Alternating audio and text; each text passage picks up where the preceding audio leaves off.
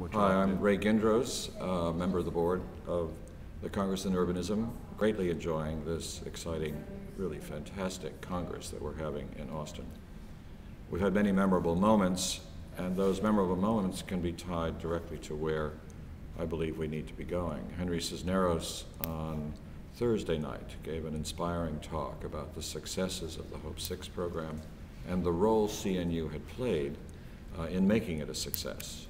When we established the charter in 1996, he came to Charleston to sign it and challenged us to work collaboratively with HUD to be able to produce curricular design techniques and models to serve as a way of guiding this new program for the way in which the federal government relates to the development of neighborhoods and communities. The challenges continue. We had a panel discussion with Henry Cisneros, Peter Calthorpe, Chickie Grayson from Enterprise Homes, and other very prominent people in this field.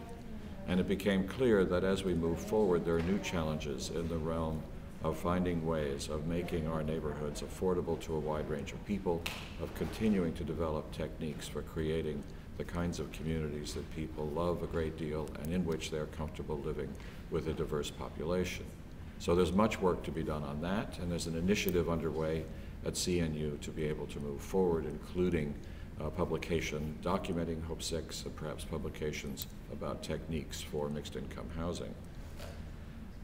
Clearly, another challenge that's emerging and which is an initiative that's underway, which perhaps needs to be expanded and formalized, is to find ways of dealing with accessibility and visitability. It's been a subject of much debate over the years at Congresses, but we're now moving on from debate into taking substantive action to be able to develop tools and techniques which will enrich in new urbanism and which will create ways in which our neighborhoods are more accessible, particularly to the continually aging population. And perhaps most heavily on everyone's mind is the climate change initiative and the need for a response to this crisis that the world is facing at the moment. For the past many years, there have been dozens of people within CNU and on the board of CNU who have worked very creatively to develop various responses to it. The LEAD ND program, which CNU is doing collaboratively with the Green Council, is an important step for us.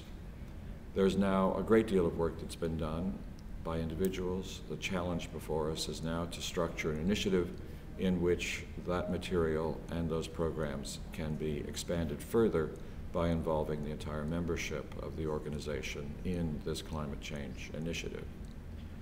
As with all of our initiatives and all of our successes, the key has been to find means and structures for the membership to become actively engaged in a creative way.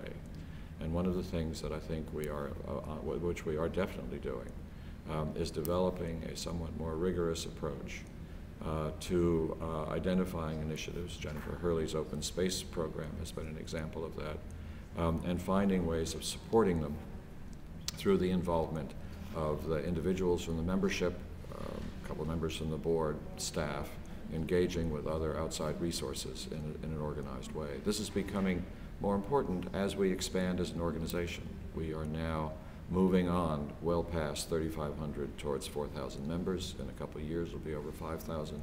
And the challenge is to keep this dynamic alive, this incredible collection of idiosyncratic, brilliant, passionate, often unruly people from whom initiatives and ideas either bubble up or explode depending on the circumstances. We have to keep that alive as we become bigger and move forward. And as someone who's maybe the oldest member of the oldest generation, I'm particularly interested in finding ways of engaging ever younger people and more generations in both the active work and the leadership of the organization.